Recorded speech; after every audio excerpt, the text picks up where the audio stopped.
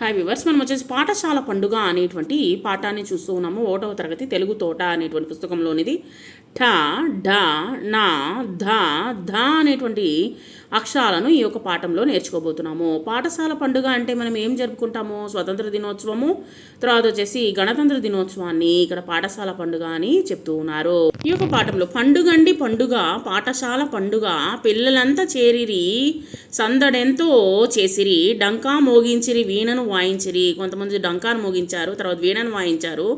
పాటలెన్నో పాడిరి, వింత కథలు చెప్పిరి, నాటకాలు ఆడిరి, నాట్యములే చేసిరి, బహుమతులే గెలిచిరి, బంధుజనులను మెచ్చిరి. అంటే ఇక్కడ వచ్చేసి సంవత్సరానికి వచ్చేటువంటి యాన్యువల్ డే ఫంక్షన్ వచ్చేసి ఇక్కడ జరుపుకున్నారనమాట.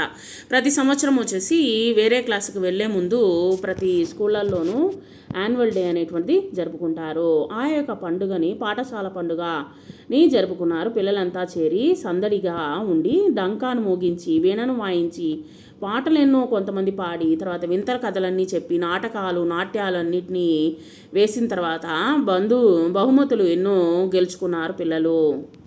పాఠం చిత్రం గురించి మనము తర్వాత చూద్దాము. క్రింది చిత్రం ఆధారంగా మాట్లాడండి. ఇది కూడా వచ్చేసి మనము పిల్లలు నాటకం ఆడుతూ ఉన్నారు. దీని గురించి కూడా వచ్చేసి మనము తర్వాత చూద్దాము.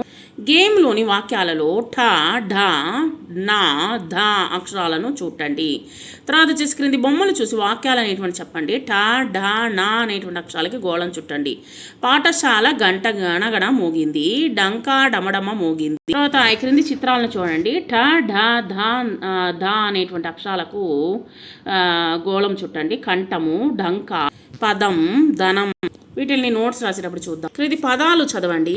ధ, నా అక్షరాలకి గోళం చుట్టండి. కంఠం, కథ, పదం, రథం, ధనం, డంక, గణగణ. ఒక అక్షరాలు తర్వాత ఇవన్నీ వచ్చేసి నోట్స్ రాసేటప్పుడు చూద్దాము. కంఠము, డంక, పణం, కథ.